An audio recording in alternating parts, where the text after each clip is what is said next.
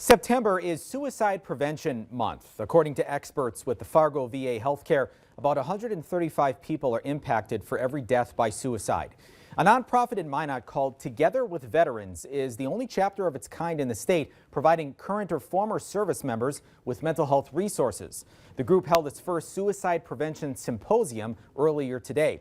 As Kiona Rivera reports, the program focuses on veterans in rural places to normalize mental health.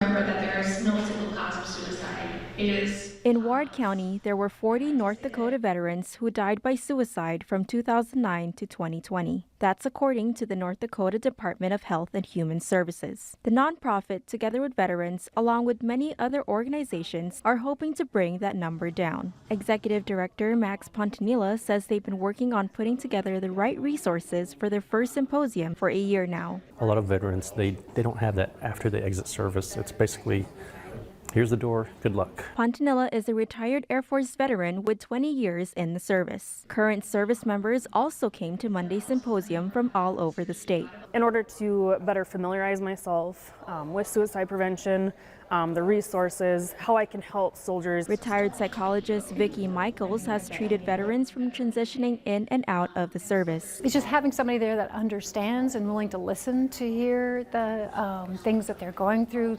developing coping skills. She says the common struggles veterans face, in addition to transitioning back to civilian life, are relationships and their social well-being. Pontanilla says he hopes for the event to stop misconceptions in the service. So then this way they know a little bit more about the why did they get this way, outside of like the direct military trauma. While there is no single cause of suicide, experts say it is often the result of risk and protective factors. You can call or text 988 to get help. On the Minot State University campus, I'm Kiona Rivera, reporting for your news leader.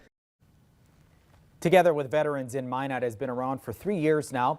The program is open to anyone military affiliated.